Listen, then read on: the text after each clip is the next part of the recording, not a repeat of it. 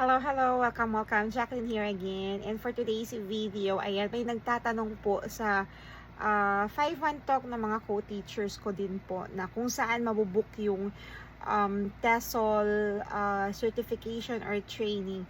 Wala daw sa kanya. So ngayon, I am checking. Wala din sa book my training. So usually, di ba pupunta kayo sa my page, makikita nyo dito, ayan, may book training dito na option.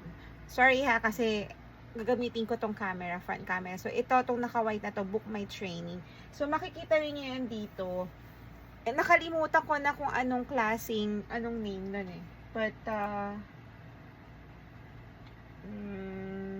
kaya ayun?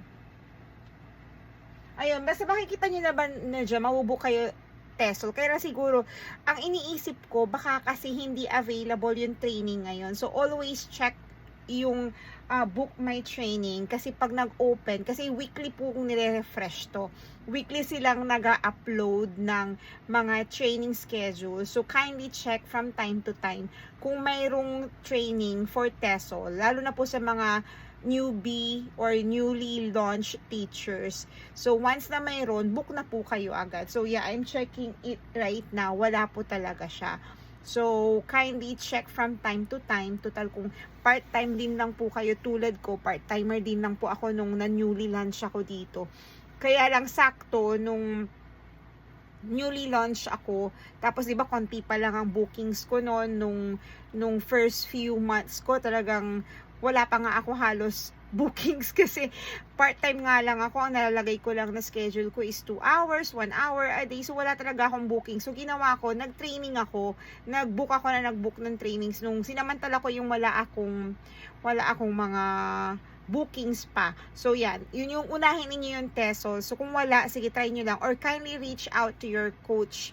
Or mayroon naman kayo magiging coach niyan. So, try nyo lang mag-reach out kung sino po yung head coach ninyo sa pagiging newly launch ninyo, or magtanong-tanong din po kayo, no? So yeah, totoo, wala nga talaga ngayon, pero weekly kasi nagre-refresh to. So yun lang, I hope I was able to help you out, and yes, for more details, magtanong na lang po kayo ulit at gagawin po natin ang best natin. Gagawin ko po lahat ng best ko para gumawa ng video. So yan, sa book my training po siya, so check nyo na lang siya from time to time, okay? Thank you for watching. Have a great day.